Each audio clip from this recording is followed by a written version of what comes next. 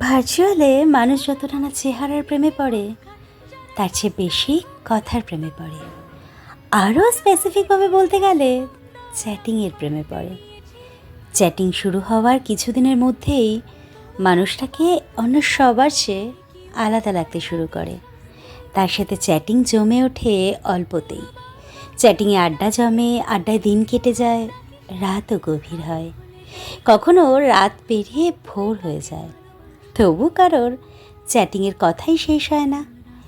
এরই মধ্যে মানুষটার আইডি নামটা আপন আপন লাগতে শুরু করে। মায়া জন্মে যায় আইডিটার ওপর।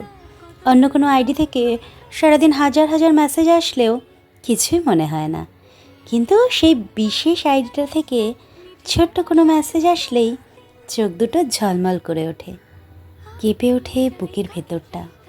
নড়ে চড়ে বসা হয় মোবাইলটা হাতে নিয়ে, আর মনে মনে বলা হয় মানুষটা যেন অনেকক্ষণ অনলাইনে থাকে। দ্রুত সে অফলাইনে চলে গেলে রাজ্যের হতাশা এসে ভর করে চোখে মুখে। একটা সময় মানুষটার কথা শুনতে ইচ্ছে করে, মানুষটা কিভাবে কথা বলে, মানুষের কণ্ঠস্বরটা ঠিক কেমন, বড্ড জানতে ইচ্ছে করে। ফোন নম্বর দেওয়া নেওয়াও হয়। এরপর চ্যাটিংয়ের নদী ছেড়ে কথার সমুদ্রে ভাসতে থাকে দুজন। মানুষটার কথা ভালো লাগে, হাসি ভালো লাগে, অভিমান ভালো লাগে, আরও কত কি। আগে চ্যাটিং করতে করতে রাত কেটে ভোর হয়ে যেত। এরপর ভোর হয় মুঠোফোনে কথা বলতে বলতে। তবু কথা শেষই হতে চায় না কারোর।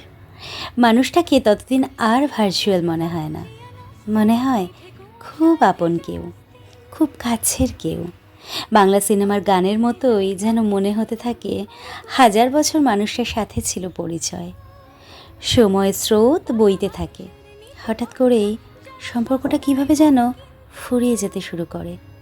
তিলে তিলে পরিচিত হয়ে ওঠা মানুষটা একটা সময় একদম অপরিচিত হয়ে যায়।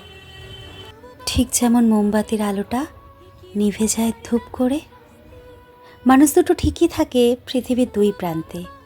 দুই প্রান্তেই দুজন মানুষ ঠিকই তাদের দৈনন্দিন কর্মকাণ্ড চালিয়ে যায়, শুধু দূরত্ব বাড়ে আর যোগাযোগ নিভে যায়।